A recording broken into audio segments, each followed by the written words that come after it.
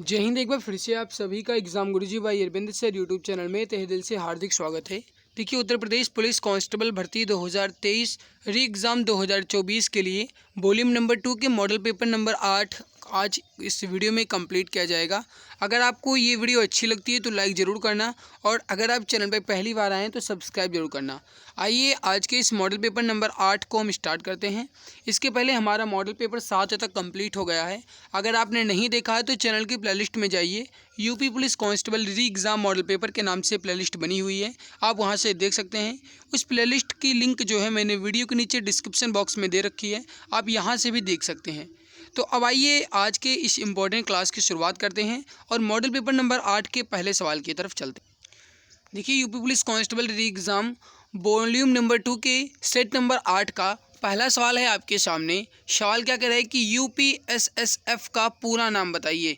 और हमें ऐसा क्यों लग रहा है कि ये जो गाइज आपका सवाल है ये पूछा गया था यूपी पुलिस कांस्टेबल एग्ज़ाम 17 फरवरी के प्रथम पाली में ये सवाल पूछा गया था।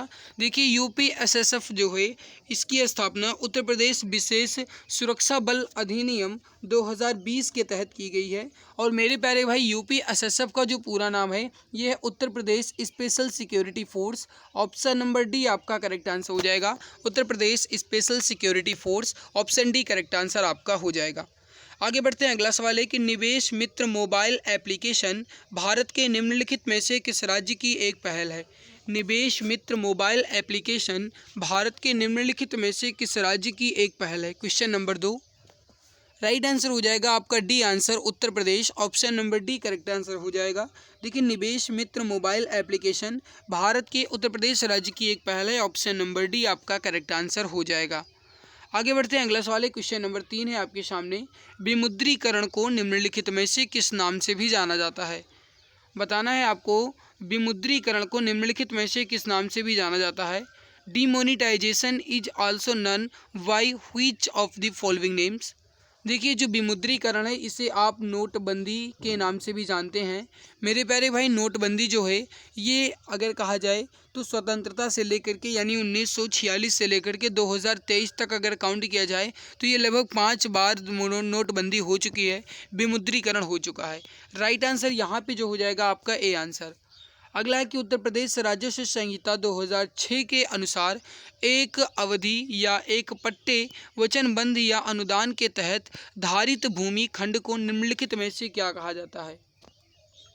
राइट आंसर हो जाएगा, इसे हम धृत या फिर कहा जाए इसे हम होल्डिंग के नाम से जानते हैं। डी आंसर आपका यहाँ पे हो जाएगा। आगे बढ़ते हैं। अगला सवाल है कि ईमेल में भरोसेमंद स्रोत बनाकर दुर्भावनापूर्ण कारणों के लिए संवेदनशील जानकारी जैसे यूजर नेम, पासवर्ड और क्रेडिट कार्ड विवरण आदि प्राप्त करने का प्रयास क्या कहलाता है। कहने का मतलब ये है कि धोखाधड़ी के माध्यम से, यानी जैसे अगर आपके पास कोई फ़ोन करता है, कहता है कि आपके पास एक OTP गई है, इस OTP को बताइए, उसके बाद आपके खाते में 15 लाख रुपए भेजे जाएंगे। तो मेरे प्यारे भाई, कुछ ऐसे भी होंगे जो OTP तुरंत बता देंगे, और OTP बताएंगे नहीं कि तुरंत उनका बैंक अकाउंट पूरा खाली हो जाएगा। तो इसीलिए ये जो है कि ये यूज़र नेम या पासवर्ड या क्रेडिट कार्ड या OTP लेना, ये जो है यानी कि कहा जाए तो यहाँ पे जो बहला करके या फिर कहा जाए फुसला करके अगर ऐसे कोई काम किया जाता है, धोखाधड़ी की जाती है, तो ये जो है ये फिशिंग के अंतर्गत आता है। ऑप्शन डी राइट आंसर हो जाएगा, इसे फिशिंग कहा जाएगा। डी आंसर राइट हो जाएगा। अगला है कि टका निम्नलिखित में से किस देश की मुद्रा है।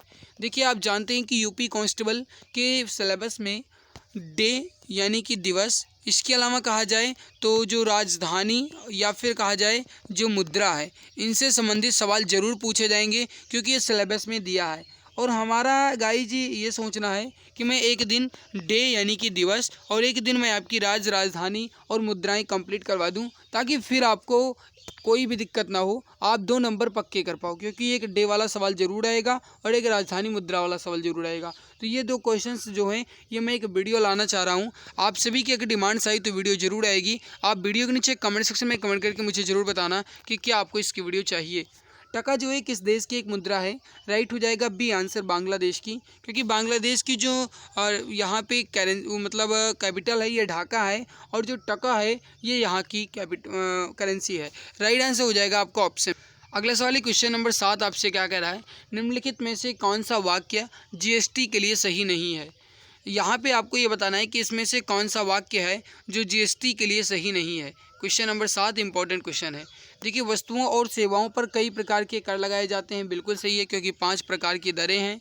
जीएसटी इनपुट टैक्स, क्रेडिट या मूल्य के घटाव के लाभ के एक साथ एक ही दर पर वस्तुओं के और सेवाओं दोनों पर एक व्यापक उगाही और वसूली है, ये भी सही है। जीएसटी गंतव्य आधारित कर है, ये भी सही है। लेकिन जीएसटी एक एकल प्रशासन के तहत पूरे देश में एक सामान्य कानून प्रक्रिया, ये सही नहीं है। राइट आंसर हो जाएगा आपका ए आंसर। आगे बढ़ते हैं। अगला सवाल है कि निम्नलिखित में से कौन सा बंदरगाह कच्छ गुजरात में स्थित है। आपको बताना है कि इसमें से कौन सा ऐसा बंदरगाह है जो कच्छ गुजरात में स्थित है। देखिए, यहाँ पे अगर आप समझो तो जो कांडला बंदरगाह है, जिसका नया नाम दीनदयाल बंदरगाह हो गया है, तो कांडला बंदरगाह या फिर दीनदयाल बंदरगाह जो है ये कच्छ गुजरात में स्थित है। जबकि पारादीप बंदरगाह जो है ये कहाँ पे है, तो ये ओडिशा में है। पारादीप बंदरगाह जो है ये ओडिशा में है और एकमात्र एक प्राकृतिक बंदरगाह है। इसके अलावा जवाहरलाल नेहरू बंदरगाह जो है ये मुंबई के नहावा सेवा में है और मार्मो गोवा बंदरगाह जो है गोवा में है। आगे बढ़ते हैं। अगला सवाल आपके सामने, हाल ही में श्री अमित शाह ने निम्नलिखित में से किस स्थान पर national cooperative dairy federation of India NCDFI के मुख्यालय की आधारशिला रखी। हाल ही में श्री अमित शाह ने निम्नलिखित में से किस स्थान पर national cooperative dairy federation of India NCDFI के मुख्यालय की आधारशिला रखी। सही आंसर जो हो जाएगा आपका ये हो जाएगा गुजरात के गांधीनगर में। डी आंसर आपका यहाँ पे राइट आंसर हो जाएगा। आगे बढ़ते हैं। निम्नलिखित में से कौन सा पुरस्कार सहकारी और दुग्ध उत्पादक कंपनियों को आगे बढ़ाने और प्रतिस्पर्धा भावना पैदा करने के लिए प्रेरित करने हेतु दिया जाता है। कहने का मतलब ये है कि इसमें से कौन सा ऐसा पुरस्कार है जो दुग्ध उत्पादन या फिर डेयरी के उत्पादन को बढ़ाने के लिए पुरस्कार दिया जाता है, जिसमें 2 राशियां हैं। नंबर 1 यानी पहली रैंक पे 5 लाख और दूसरी रैंक पे शायद 2.5 लाख रुपए दिए जाते हैं। अब देखिए, यहाँ पे कौन सा पुरस्कार सहकारी और दुग्ध उत्पादक कंपनियों को आगे बढ़ाने के लिए, प्रतिस्पर्धा भावना पैदा करने के लिए और प्रेरित करने के लिए दिया जाता है, तो ये हो जाएगा राष्ट्रीय गोपाल रत्न पुरस्कार, नेशनल गोपाल रत्न अवार्ड। राइट हो जाएगा राष्ट्रीय गोपाल रत्न पुरस्कार। ए आंसर आपका करेक्ट आंसर हो जाएगा। आगे बढ़ते हैं। अगला सवाल है आपके सामने, क्वेश्चन नंबर 11 है, केंद्रीय मंत्रिमंडल ने हाल ही में भारत और निम्नलिखित में से किस देश के बीच प्रवासन और गतिशीलता समझौते को मंजूरी दी है। आपको बताना है केंद्रीय मंत्रिमंडल ने हाल ही में भारत और निम्नलिखित में से किस देश के बीच प्रवासन और गतिशीलता को मंजूरी दी है। बताइए राइट आंसर यहाँ पे क्या हो जाएगा। सवाल जो है आपके लिए इम्पोर्टेंट है। सही आंसर हो जाएगा आपका ये हो जाएगा B answer, Italy. Option B correct answer आपका हो जाएगा। नेक्स्ट सवाल आपके सामने है, क्वेश्चन नंबर 12 है, हाल ही में भारतीय नौसेना का fast attack craft INS Kabra निम्नलिखित में से किस स्थान पर पहुंचा। आपको बताना है कि हाल ही में भारतीय नौसेना का fast attack craft INS Kabra जो है ये किस स्थान पर पहुंचा। राइट आंसर जो हो जाएगा क्वेश्चन नंबर 12 का ये सही आंसर हो जाएगा आपका option number A, Colombo Sri Lanka. Option number A correct answer आपका हो जाएगा। आगे बढ़ते हैं। अगला सवाल है, निम्नलिखित में से कौन खुदाई खिदमतगार के संस्थापक थे। निम्नलिखित में से कौन खुदाई खिदमतगार के संस्थापक थे। देखिए, लाल कुर्ती आंदोलन से संबंधित खान अब्दुल गफ्फार खान जो है ये खुदाई खिदमतगार के संस्थापक माने जाते हैं। राइट आंसर हो जाएगा आपका ऑप्शन नंबर ए। अगला है कि निम्नलिखित में से किसने हाल ही में कोच्चि लक्षद्वीप समूह सबमरीन ऑप्टिकल फाइबर कनेक्शन का उद्घाटन किया है। हाल ही में कोच्चि लक्षद्वीप समूह सबमरीन ऑप्टिकल फाइबर कनेक्शन का उद्घाटन जो है ये श्री नरेंद्र मोदी द्वारा किया गया है। डी आंसर आपका राइट आंसर हो जाएगा। अगला है कि निम्नलिखित में से किस विकल्प में सभी शब्द तत्सम हैं। शायद अभी आगे और जीके के क्वेश्चंस होंगे, क्योंकि अभी जीके और होगा आपका। देखते हैं आगे। निम्नलिखित में से किस विकल्प में सभी शब्द तत्सम हैं। देखिए, कुम्हार और गधा, कुम्हार हो सकता है बट गधा का यहाँ पे नहीं होगा, क्योंकि गधा का तत्सम होता है गर्दभा। पलंग जो है ये गलत है, क्योंकि पलंग का तत्सम होता है पर्यंक। और नाक जो है ये भी नहीं होगा, नासिका होगा इसका तत्सम। यहाँ पे नव्य और स्वर्णकार जो है ये आपका तत्सम है। सी आंसर राइट हो जाएगा। क्वेश्चन नंबर 16 है, क्या कह रहा है, नलिन और राजीव शब्द निम्नलिखित में से किस शब्द के पर्यायवाची हैं। नलिन और राजीव जो है ये कमल का पर्यायवाची है। दिया गया ऑप्शन डी करेक्ट आंसर हो जाएगा। नलिन और राजीव जो है कमल का पर्यायवाची है। पूर्व और उत्तर के बीच की दिशा, इस वाक्यांश के लिए एक शब्द निम्नलिखित में से कौन सा होगा। पूर्व और उत्तर के बीच की दिशा को क्या कहा जाएगा?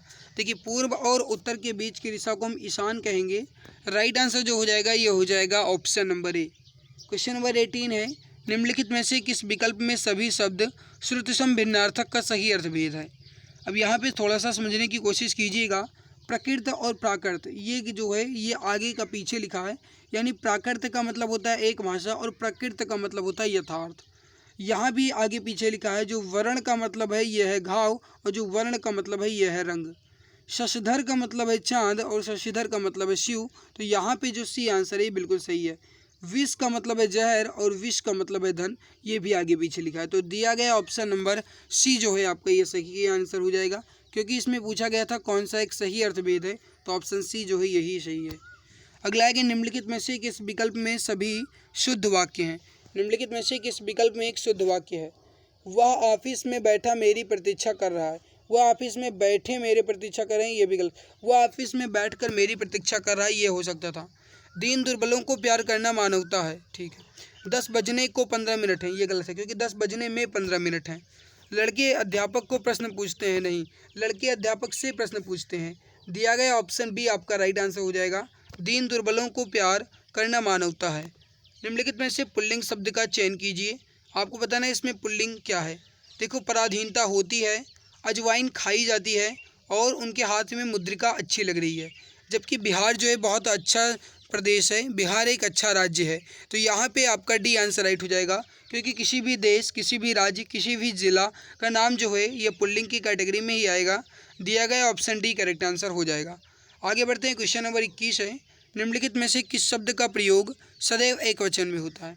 देखो, प्राण, दर्शन, हस्ताक्षर जो है ये आपके बहुवचन में होते हैं। देखो, प्राण त्याग दिए जाते हैं और दर्शन दिए जाते हैं, हस्ताक्षर किए जाते हैं। जबकि सोना जो है आपका ये सदैव एक वचन में होता है। आप सोना का सोने नहीं कह सकते। अब ये भले कह सकते हो कि इतने किलो सोने का भाव क्या होगा, ये नहीं कहते हो इतने किलो सोना का भाव क्या होगा, आप यही कहते हो। या फिर कहते हो कि 1 तोला सोना का भाव क्या है, आप कहते हो कि 5 क्विंटल सोना का अंगूठी बना हुआ है। तो सोना आप कितना भी क्वांटिटी बढ़ा लो, लेकिन सोना का सोने नहीं कहोगे। ये सोना जो है ये आपका गोल्ड वाला बात की जा रही है। यहाँ पे जो सोना की बात की जा रही है वो गोल्ड वाले सोने की बात की जा रही है, ठीक है। बाकी जो सोने यानी कि स्लीप वाले सोने की वो बात अलग है, वो तो सोने हो सकता है, बट यहाँ पे राइट हो जाएगा आपका ऑप्शन। अगला सवाल है आपके सामने, क्वेश्चन नंबर 22 है, हे ईश्वर दया करो रेखांकित शब्द में कौन सा कारक है? हे ईश्वर दया करो, इसमें कौन सा कारक है बताइए। राइट आंसर क्या हो जाएगा? सही आंसर हो जाएगा संबोधन कारक, क्योंकि यहाँ पे एक्सप्लेनेशन चिन्ह लगा है, संबोधन जो चिन्ह लगा है इसी वजह से संबोधन कारक हो जाएगा। तो हे ईश्वर दया करो इसमें संबोधन कारक हो जाएगा। निम्नलिखित में से तद्भव शब्द कौन सा है? देखिए, जलधि जो है तत्सम है, शांति जो है ये भी तत्सम है, ताप जो है ये भी तत्सम है। काज जो है आपका एक तद्भव शब्द है, क्योंकि अगर आप इसकी जो तत्सम है इसके तत्सम की बात करोगे तो तत्सम इसका कार्य हो जाएगा। तो दिया गया ऑप्शन डी जो है ये एक तद्भव शब्द हो जाएगा। आगे बढ़ते हैं, क्वेश्चन नंबर 24 है, अभिभाषण शब्द में कौन सा उपसर्ग है? अभिभाषण शब्द में कौन सा उपसर्ग है? अव नहीं, अ नहीं, अभि उपसर्ग हो जाएगा। Option number C correct answer हो जाएगा, अभि उपसर्ग है। अभिभाषण शब्द में अभि उपसर्ग है। रक्तरंजित शब्द में कौन सा समास है? रक्तरंजित शब्द में कौन सा समास है? देखिए, अव्ययी भाव समास कब होता है? जब किसी अव्यय पद को जोड़ा जाए या किसी अव्यय पद लगा हो, जैसे यथा, या फिर कोई दो शब्द बार बार हैं, दिनों दिन, प्रतिदिन, रातों रात, तो ये हो जाएगा आपका अव्ययी भाव समास। द्विगु समास कब होता है? जब कोई पद आगे संख्या की बात की जा रही है, जैसे कहा जाए कि त्रिरत्न यानी 3 रत्नों का समूह, इसके अलावा कहा जाए पंचवटी, तो ये आपका हो जाएगा द्विगु समास। द्वंद्व समास कब होता है? जब इसमें 2 चीज़ें जोड़ी जाएं, जिसमें बीच में योजक चिन्ह लगा हो। कहते हैं दिन रात, तो दिन और रात यानी इसमें आप संयुक्त कर पाओ तो वो आपका हो जाएगा द्वंद्व समास। जबकि दिया गया ऑप्शन ए जो है ये तत्पुरुष बिल्कुल सही हो जाएगा, क्योंकि रक्त से रंजित यानी option number A correct answer हो जाएगा। रक्त रंजित में तत्पुरुष समास हो जाएगा। मेरे भाई, अगर आपको ये हमारी मेहनत अच्छी लग रही है तो लाइक ज़रूर कर दिया करो, क्योंकि आपके लाइक, आपके शेयर और आपके सब्सक्राइब करने से ही मुझे मोटिवेशन मिल पाता है। तो प्लीज़, अगर आपको ये हमारी मेहनत अच्छी लग रही है तो वीडियो को लाइक ज़रूर कर दिया करो। और अगर आप चैनल पे पहली बार आए हो तो गाइज़ अपना दिल ज़रूर इसमें दिया करो, यानी कि एक बार वीडियो को दिल की गहराई से लाइक ज़रूर कर दिया करो। तो जो भी हमारे डियर फ्रेंड्स वीडियो को लाइक नहीं किया, मैं एक बार लाइक ज़रूर कर देंगे, और अगर आप चैनल पर पहली बार विजिट किए हैं तो सब्सक्राइब जरूर कर लीजिएगा, ताकि गाइज आने वाली हर एक नई क्लास की नोटिफिकेशन आपको समय से मिला करे। क्योंकि मैंने हर एक वीडियो के स्टार्टिंग में आपको ये बता रखा है कि हमारे इस वीडियो की कोई भी टाइमिंग फिक्स नहीं है, मॉडल पेपर की कोई भी टाइमिंग फिक्स नहीं है। इस वजह से मेरे प्यारे भाई, जब भी मुझे टाइम मिलता है मैं आपकी क्लास ले लेता हूँ। तो आप चैनल को सब्सक्राइब कर लोगे तो आपको इसका बेनिफिट मिलता रहेगा, ताकि गाइज जब भी क्लास आपकी स्टार्ट हो तो उसका नोटिफिकेशन जो है ये आपको समय से मिला करे। तो इस वजह से आप चैनल को सब्सक्राइब करके बेल बटन को ज़रूर दबा दीजिएगा। चलिए बढ़ते हैं आगे और अगला सवाल देखते हैं। अगला है कि क्यों, कब, कौन से सर्वनाम के उदाहरण हैं। क्यों, कब, कौन से सर्वनाम के उदाहरण हैं। अनिश्चयवाचक कब होगा, जब कहा जाए कि कोई आ रहा है, या फिर अगर आपसे कहा जाए कि किन्हीं ने यहाँ पे ये दिया, या किसी ने उससे बुलाया है, तो इसमें अनिश्चयवाचक हो जाएगा। निश्चयवाचक कब होगा, जब आप कहोगे ये तुम्हारी गाय है, जिसमें यह जो है आपका निश्चय है, यानी निश्चित हो कि ये आपकी ही है। आपसे कहा जाए कि वह मेरे घर के ऊपर रखी टंकी है, तो वह मेरे घर के ऊपर रखी टंकी है, यानी मेरे घर के ऊपर रखी है, ये मेरा ही निश्चित है, और वह है ये भी निश्चित है, तो ये आपका निश्चयवाचक हो जाएगा।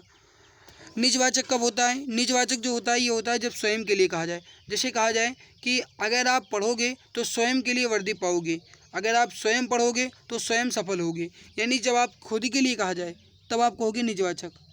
प्रश्नवाचक कब होता है, जब किसी से प्रश्न की बात की जाए, क्वेश्चंस की बात की जाए, तो यहाँ पे राइट हो जाएगा वी आंसर। मदिरालय शब्द का सही संधि विच्छेद क्या है। जैसे विद्यालय होता है, जैसे पुस्तकालय होता है, वैसे मदिरालय होता है। मदिरा धन आलय जो है ये मदिरालय का सही संधि विच्छेद हो जाएगा। दिया गया ऑप्शन डी करेक्ट आंसर हो जाएगा। मदिरालय का सही संधि विच्छेद ऑप्शन डी करेक्ट हो जाएगा। अवतरण चिन्ह को और किस नाम से जाना जाता है। निर्देशक चिन्ह कब होता है, जब किसी चीज़ का निर्देश दिया जाए। कोष्टक चिन्ह कब होता है, जब किसी चीज़ को फिर से यानी कि बीच में स्पष्ट करने के लिए लिखा जाए। योजक चिन्ह कब होता है, जब दो विपरीत शब्दों को लिखा जाए। उद्धरण चिन्ह जो है इसे आप अवतरण चिन्ह के नाम से भी जानते हैं। उद्धरण चिन्ह जो है किसी की कही गई बात को ज्यों का त्यों लिखने के लिए उद्धरण चिन्ह का प्रयोग किया जाता है। दिया गया ऑप्शन डी करेक्ट आंसर हो जाएगा। सही शब्द में किस प्रकार के संख्याबोधक विशेषण का प्रयोग हुआ है। सही शब्द में किस प्रकार के संख्याबोधक विशेषण का प्रयोग हुआ है। सही आंसर जो हो जाएगा आपका ये हो जाएगा सही शब्द में गणनावाचक है, option number A correct answer हो जाएगा गणनावाचक। सही शब्द में गणनावाचक संख्याबोधक विशेषण का प्रयोग हुआ है, ऑप्शन ए राइट आंसर हो जाएगा। राधा ने पायल से चिट्ठी लिखवाई, इस वाक्य में कौन सी क्रिया है। राधा ने पायल से चिट्ठी लिखवाई, इसमें कौन सी क्रिया है। अब देखिए थोड़ा सा समझने की कोशिश कीजिएगा। राधा ने पायल से चिट्ठी लिखवाई है, यानी काम खुद ना करके किसी दूसरे से करवाया जाए, तो इसमें प्रेरणार्थक क्रिया हो जाएगी। राइट हो जाएगा आपका ऑप्शन नंबर ए प्रेरणार्थक क्रिया है, ऑप्शन ए करेक्ट आंसर आपका हो जाएगा। आगे बढ़ते हैं, क्वेश्चन नंबर 31 है चिल्लाहट में कौन सा प्रत्यय है। चिल्लाहट में कौन सा प्रत्यय है। देखो चिल्लाहट में आहट प्रत्यय है, ऑप्शन नंबर ए आपका करेक्ट आंसर हो जाएगा आहट प्रत्यय। अगला सवाल है आपके सामने। सवाल क्या कह रहा है कि राम अभी सोएगा, इस वाक्य में कौन सा वाच्य है। राम अभी सोएगा, इसमें कर्मवाच्य है, option number D correct answer हो जाएगा कर्मवाच्य है, ऑप्शन डी करेक्ट आंसर हो जाएगा। तिल का ताड़ बनाना, इस मुहावरे का सही अर्थभेद बताइए। तिल का ताड़ बनाना, इस मुहावरे का सही अर्थभेद क्या है। Question number 33। This question is very important for exam. जल्दी जल्दी बताइए राइट आंसर यहाँ पे क्या हो जाएगा। वीडियो अच्छी लगी लाइक जरूर कर देना भाई। देखो तिल का ताड़ बनाना मतलब किसी भी साधारण बात को बढ़ा चढ़ा करके कहना, यानी इसमें अतिशयोक्ति का अगर प्रयोग किया जाए तो उसे कहते हैं तिल का ताड़ बनाना। राइट आंसर जो हो जाएगा ये हो जाएगा ऑप्शन नंबर ए, यानी घुमा फिरा करके बातें करना। तो यहाँ पे राइट आंसर जो हो जाएगा ये हो जाएगा option number A correct answer हो जाएगा। चलिए आगे बढ़ते हैं, अगला सवाल है क्वेश्चन नंबर 34 है परोक्ष का विलोम शब्द क्या है। परोक्ष का विलोम शब्द क्या है। राइट हो जाएगा प्रत्यक्ष, यानी option number D correct answer हो जाएगा। परोक्ष का विलोम जो है ये प्रत्यक्ष हो जाएगा, option number D correct answer आपका हो जाएगा। अगला है कि चमड़ी जाए पर दमड़ी ना जाए, इस लोकोक्ति का अर्थ निम्नलिखित में से कौन सा है। चमड़ी जाए पर दमड़ी ना जाए, इस लोकोक्ति का अर्थ निम्नलिखित में से कौन सा है। जान चली जाए पर पैसा ना जाए, पैसे का बहुत मोह होना, अत्यधिक कंजूस होना, ये आपका राइट हो जाएगा, option number C correct answer हो जाएगा अत्यधिक कंजूस होना, यानी चमड़ी जाए पर दमड़ी ना जाए, ऑप्शन सी करेक्ट आंसर हो जाएगा। आगे बढ़ते हैं अगला सवाल है कि क्रोध किस रस का स्थायी भाव है। क्रोध जो है ये किस रस का स्थायी भाव है। राइट हो जाएगा आपका, ये हो जाएगा ऑप्शन नंबर बी, रौद्र रस का। वीर रस जो है ये इसका स्थायी भाव होता है उत्साह। भयानक का जो होता है ये होता है अद्भुत, और विभत्स का तो आप जानते ही हैं। अब मेरे प्यारे भाई मैं आपको यहाँ पे बता दूं कि अगर आप यूपी पुलिस कांस्टेबल री एग्ज़ाम की तैयारी कर रहे हैं तो आपके लिए एक गुड न्यूज़ है। वो गुड न्यूज़ क्या है वो मैं आपको बता देता हूँ। आप यहाँ पर देख पा रहे हैं एक ई बुक है। इस ई बुक की सबसे खास बात यह है कि ये ई बुक जो है special for UP police constable के लिए तैयार की गई है। मैं एक बार इस ई बुक का डेमो पेज आपको दिखा दूंगा, आप पहले इस ई बुक के बारे में जान लीजिए। देखो मैं हर एक वीडियो में इसलिए बताता हूँ क्योंकि बहुत सारे ऐसे बच्चे हैं जो अभी ये पहली वीडियो देख रहे होंगे, वो शुरुआत से नहीं देखते हैं। तो गाइज हर एक को इसकी जानकारी होना ज़रूरी है। देखिए ये ई बुक जो है आपकी यूपी पुलिस कांस्टेबल री एग्ज़ाम के लिए है। इस पर 60% का डिस्काउंट चल रहा है, आपको 39 रुपये में मिल जाएगी। और इस ई बुक में आपको UP GK current affair, Hindi, math, reasoning के सभी क्वेश्चंस मिल जाएंगे। अगर आपको लेना है तो आप इस दिए गए नंबर 8948667652 इस पर आप व्हाट्सएप कीजिएगा, यहाँ से आपको ये ई बुक मिल जाएगी।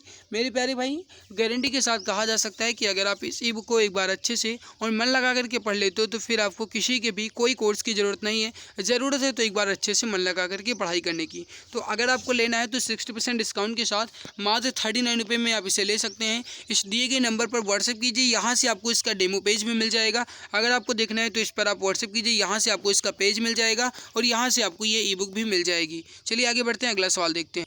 अगला सवाल आपके सामने है कि सोरठा के द्वितीय और चतुर्थ चरण में कितनी मात्राएं होती हैं। 37 नंबर सवाल का आंसर बताइए, तब तक हम आ रहे हैं।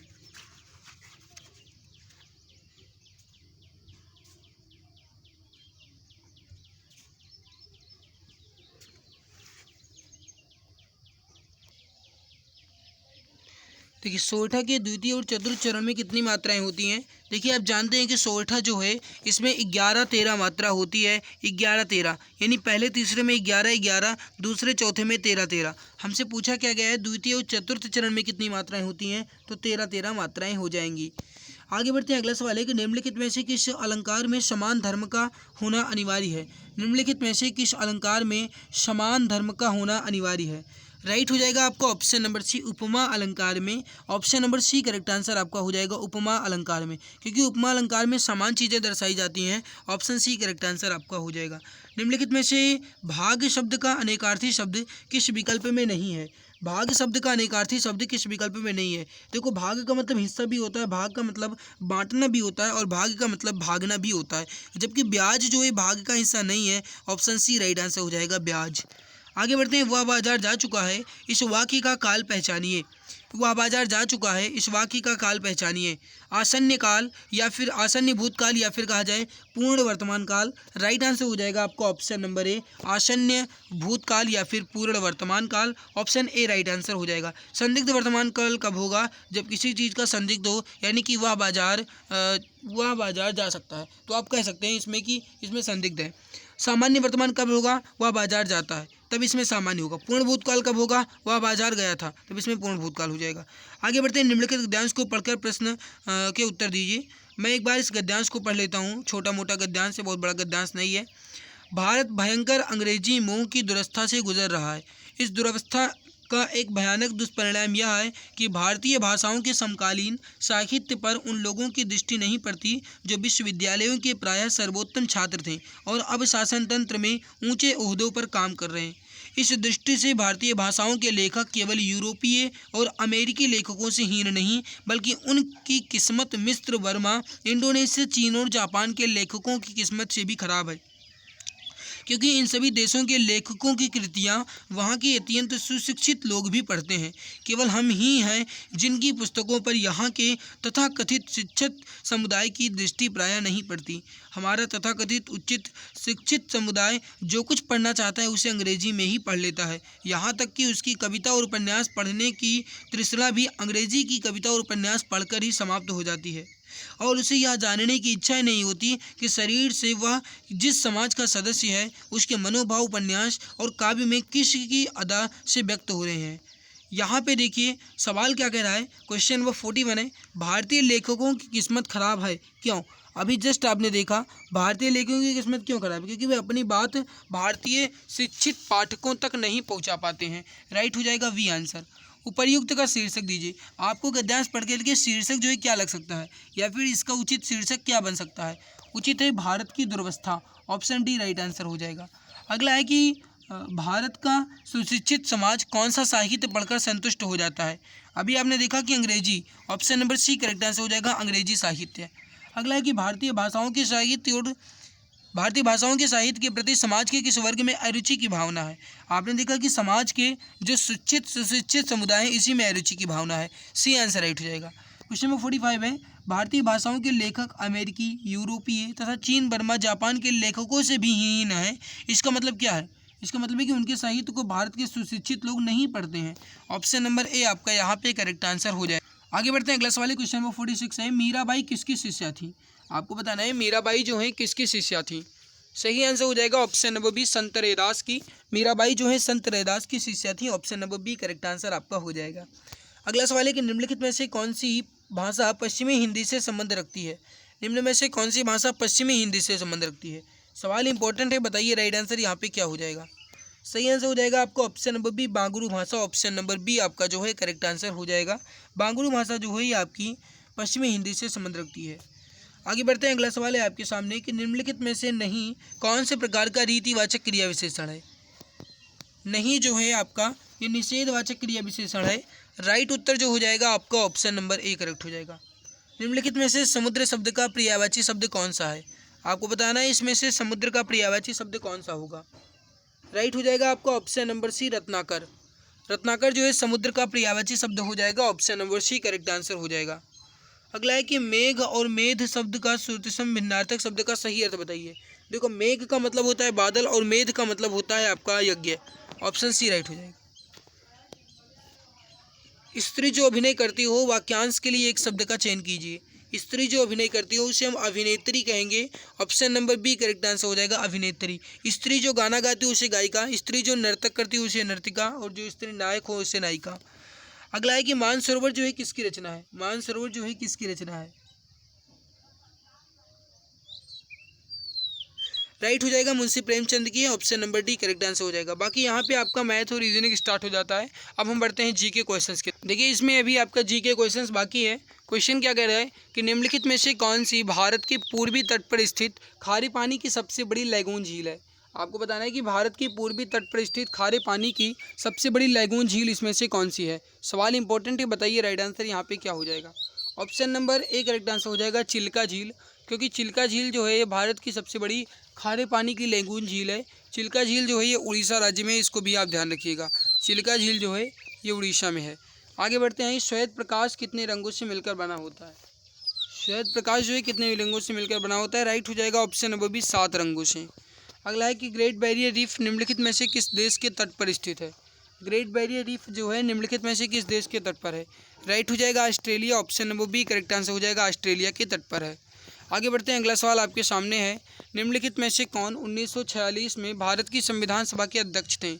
निम्नलिखित में से कौन 1946 में भारत के संविधान सभा के अध्यक्ष थे।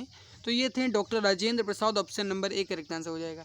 सवाल अगर ये पूछा जाता कि 1946 में भारतीय संविधान सभा के अस्थायी अध्यक्ष कौन थे, तब आप कह सकते थे कि भारतीय संविधान सभा के सबसे बुजुर्ग सच्चिदानंद सिन्हा। बट यहाँ पे अस्थायी अध्यक्ष ना कि पूछा गया है और ना ही अस्थायी पूछा गया, तो आप अस्थायी ही बताएंगे। Option number A correct answer हो जाएगा, डॉक्टर राजेंद्र प्रसाद। अगला है कि प्रयाग प्रशस्ति की रचना निम्नलिखित में से किसके द्वारा संस्कृत में की गई थी। प्रयाग प्रशस्ति की रचना निम्नलिखित में से किसके द्वारा संस्कृत में की गई थी। तो हरिसेन ने की थी, option number D right answer हो जाएगा। अंगूर की खेती, उपज और कटाई को निम्नलिखित में से किस नाम से जाना जाता है। अंगूर की खेती, उपज और कटाई को निम्नलिखित में से किस नाम से जाना जाता है। अंगूर की खेती को बीटी कल्चर के नाम से जानते हैं, option number B correct answer हो जाएगा, बीटी कल्चर के नाम से। आगे बढ़ते हैं, अगला सवाल है आपके सामने। देखो हॉर्टिकल्चर जो है आपका ये फल सब्जी के उत्पादन में आएगा। पिसीकल्चर जो है आपका ये आ जाएगा मछली उत्पादन में, और जो सेरीकल्चर है आपका हो जाएगा रेशम उत्पादन में। बैलाडीला की पहाड़ियाँ बैल के कुबड़ की तरह दिखती हैं। पहाड़ियों की यह श्रृंखला भारत के निम्नलिखित में से किस राज्य में है। बैलाडीला की पहाड़ियाँ बैल के कुबड़ की तरह दिखती हैं। पहाड़ियों की यह श्रृंखला भारत के किस राज्य में स्थित है। राइट हो जाएगा छत्तीसगढ़ में है, option number D correct answer हो जाएगा, छत्तीसगढ़ में। आगे बढ़ते हैं। भारत के निम्नलिखित में से किसके द्वारा निर्मित समुद्र के एक संकीर्ण चैनल द्वारा श्रीलंका भारत से अलग होता है? यहाँ पे जो राइट आंसर हो जाएगा ये हो जाएगा पाक, जलडमरू मध्य और मन्नार की खाड़ी।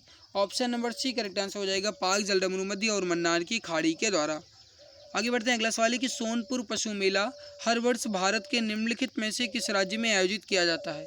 सोनपुर पशु मेला हर वर्ष भारत के निम्नलिखित में से किस राज्य में आयोजित किया जाता है? सही उत्तर हो जाएगा बिहार में। Option number D correct answer हो जाएगा बिहार में। विश्व पुस्तक दिवस प्रत्येक वर्ष किस दिन मनाया जाता है? ये सवाल जो है बहुत ज़्यादा इंपॉर्टेंट है, क्योंकि गाइस ये सवाल जो है आपका ये अभी हाल ही में दिल्ली पुलिस में भी आया था। इसके अलावा यूपी पुलिस में भी ये सवाल पूछा गया है। राइट हो जाएगा 23 अप्रैल को विश्व पुस्तक दिवस मनाया जाता है। Option number D correct answer हो। अगला सवाल है आपके सामने। सवाल है कि निम्नलिखित में से किस राज्य के कुछ हिस्से में 400 साल पहले नहर सिंचाई की एक स्थानीय प्रणाली विकसित हुई थी जिसे कुल्लह कहा जाता था? क्वेश्चन नंबर 137 से बताइए राइट आंसर यहाँ पे क्या हो जाएगा। सही आंसर जो हो जाएगा ये हो जाएगा हिमाचल प्रदेश में। Option number B correct answer हो जाएगा हिमाचल प्रदेश में। भारत की जनगणना संगठन के लिए सर्वोच्च पद कौन सा है? भारत में जनगणना संगठन के लिए सर्वोच्च पद कौन सा है? राइट हो जाएगा महारजिस्ट्रार और जनगणना आयुक्त Bharat. Option C correct answer हो जाएगा महारजिस्ट्रार और जनगणना आयुक्त भारत। कुमार संभोम निम्नलिखित में से किस लेखक की साहित्यिक कृति है? कुमार संभोम जो है निम्नलिखित में से किस लेखक की साहित्यिक कृति है? कहने का मतलब है कुमार संभोम किसकी रचना है? ये जो है महाकवि तुलसीदास की। ऑप्शन नंबर बी राइट हो जाएगा महाकवि तुलसीदास की। अगला है कि नेशनल एल्यूमिनियम कंपनी लिमिटेड यानी नाल्को का पंजीकृत कार्यालय निम्नलिखित में से किस स्थान पर है? नाल्को का एक पंजीकृत कार्यालय जो है निम्नलिखित में से किस स्थान पर है? 140 नंबर सवाल। राइट हो जाएगा आपका option number B Bhubaneswar Orissa में। Option number B correct answer हो जाएगा भुवनेश्वर उड़ीसा में। विश्व स्वास्थ्य संगठन WHO का मुख्यालय निम्नलिखित में से किस स्थान पर है? देखो विश्व स्वास्थ्य दिवस जो है 7 अप्रैल को मनाया जाता है। विश्व स्वास्थ्य संगठन यानी WHO का मुख्यालय जो है ये स्विट्जरलैंड के जिनेवा में है। ऑप्शन नंबर सी राइट हो जाएगा स्विट्जरलैंड के जिनेवा में। अगला है कि किसी देश के शहरी क्षेत्रों में रहने वाली अनुपातिक जनसंख्या में वृद्धि को निम्नलिखित में से क्या कहा जाता है? किसी देश की शहरी क्षेत्रों में रहने वाली अनुपातिक जनसंख्या में वृद्धि को क्या कहा जाएगा? शहरीकरण कहा जाएगा। दिया गया ऑप्शन डी राइट हो जाएगा शहरीकरण। ऑप्शन डी करेक्ट आंसर आपका हो। अगला सवाल क्वेश्चन नंबर 43 है कि उत्तर प्रदेश में स्थित भदोही निम्नलिखित में से किस कला के लिए प्रसिद्ध है? भदोही जो है किस कला के लिए प्रसिद्ध है? राइट हो जाएगा यहाँ पे ये हो जाएगा कालीन बुनाई यानी कारपेंट वीविंग के लिए।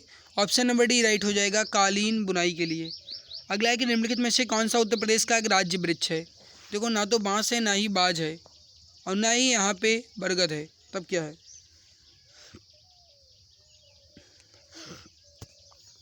अशोक हो जाएगा डी आंसर। सुराहताल प्रसिद्ध अभ्यारण्य निम्नलिखित में से किस जिले में है जिसमें साइबेरिया और अन्य ठंडे क्षेत्रों में कई प्रवासी पक्षी भी आते हैं? सुराहताल पक्षी अभ्यारण्य जो है ये है उत्तर प्रदेश के बलिया में। Option number D right answer हो जाएगा। निम्नलिखित में से कौन सा सोशल मीडिया प्लेटफॉर्म पेशेवर नेटवर्किंग नौकरी तलाशने के लिए सबसे अधिक उपयुक्त है? देखो नौकरी तलाशने के लिए सबसे ज़्यादा उपयुक्त इसमें से कौन सा एक सोशल मीडिया प्लेटफॉर्म है? यहाँ पे इंस्टाग्राम देखिए। इंस्टाग्राम जो है आपके फ़न के लिए है। फेसबुक जो है आपका ये सगे संबंधित से जुड़ने के लिए है। स्नैपचैट भी आपका इसी से संबंधित है, साथ में फ़ोटो खींचने के लिए। लिंक्डइन जो है ये आपकी जॉब से में सहायता करता है। Option number A right answer हो जाए। आगे बढ़ते हैं। क्वेश्चन नंबर 47 है मथुरा निम्नलिखित में से किसकी जन्मस्थली जिसे ब्रजभूमि के नाम से भी जाना जाता है? मथुरा जो है निम्नलिखित में से किसकी जन्मस्थली है? Option number B right option number C right हो जाएगा भगवान कृष्ण की। Option number C correct answer हो जाएगा। आगे बढ़ते हैं। अकबर का मकबरा निम्नलिखित में से किस स्थान पर है? 148 नंबर सवाल है कि अकबर का मकबरा निम्नलिखित में से किस स्थान पर है? राइट हो जाएगा सिकंदरा में। Option number D right answer हो जाएगा सिकंदरा में। तो अकबर का मकबरा जो है सिकंदरा में स्थित है। निम्नलिखित में से उत्तर प्रदेश का प्रसिद्ध लोक नृत्य धान और मक्के की खेती के लिए किया जाता है? धान और मक्के की खेती के लिए कौन सा लोक नृत्य किया जाता है? राइट हो जाएगा हुरका बॉल लोक नृत्य। Option number B right answer हो जाएगा हुरका बॉल लोक नृत्य। अगला है आज का लास्ट क्वेश्चन। बनारस हिंदू विश्वविद्यालय की स्थापना पंडित मदन मोहन मालवीय ने निम्नलिखित में से किस सहयोग से की थी? बताइए इसका राइट आंसर क्या हो जाएगा? पंडित मदन मोहन मालवीय के द्वारा BHU की स्थापना किसके सहयोग से की गई थी? राइट हो जाएगा आपका एनी बेसेंट के सहयोग से। Option number A correct answer हो जाएगा एनी बेसेंट के सहयोग से। तो गाइज यहाँ पे आपका जो जीके है जो आपका हिंदी है कंप्लीट हो गया है। ये आपके सामने आंसर की रही है। अगर आपको लेना है तो आप इसे टेलीग्राम से ले सकते हैं। आज की हमारी मेहनत आपको कैसी लगी ज़रूर बताना। अगर अच्छी लगी तो चैनल को सब्सक्राइब कर लेना ताकि आने वाली वीडियोज़ की नोटिफिकेशन मिला करे। और मेरे प्यारे भाई, अगर आपको ये ई बुक लेना है तो मैंने आपको बता रखा है, आप इस ई बुक को एक बार ज़रूर देख लीजिएगा, क्योंकि ये special for UP police constable के लिए ही तैयार की गई है। इस वजह से मेरे प्यारे भाई, आप इस ई बुक को एक बार ज़रूर ले लीजिएगा और बेहतरीन तरीके से आप इसे पढ़ लीजिएगा। कोई ज़्यादा दाम भी नहीं है, दाम इसलिए रखा गया है भाई ताकि पढ़ने में मज़ा आए। तो ये 39 रुपये की मात्र दे रहा हूँ, 60% का डिस्काउंट चल रहा है। इतने कम दाम में आज तक आपको कभी भी किसी के द्वारा भी नहीं दिया गया है। तो मात्र 39 रुपये में आपको 60% डिस्काउंट के साथ मिल रही है। बाद में लोगे तो 99 रुपये पे करना पड़ेगा, इस वजह से अभी ले लीजिए। मात्र 39 रुपये आपको पे करना है। आप इस नंबर पर व्हाट्सएप कीजिए 8948667652। यहाँ से आपको इस ई बुक के बारे में पूरी जानकारी, इस ई बुक का डेमो पेज, ये ई बुक आपको पूरी डिटेल में मिल जाएगी। तो मेरे प्यारे भाई, आज की इस बेहतरीन लाजवाब क्लास में इतना ही। मिलते हैं इसके बाद देखो नई क्लास में। पीडीएफ जो है मैं टेलीग्राम चैनल एग्जाम गुरुजी भाई से पर दे दूंगा, वहाँ से आप इसकी पीडीएफ को ले लीजिएगा। मिलते हैं इसके बाद देखो नई वीडियो में, तब तक के लिए खुश रहिए, मुस्कुराते रहिए, जी जान शिद्दत के साथ लगे रहिए। जय हिंद, जय भारत, वंदे मातरम।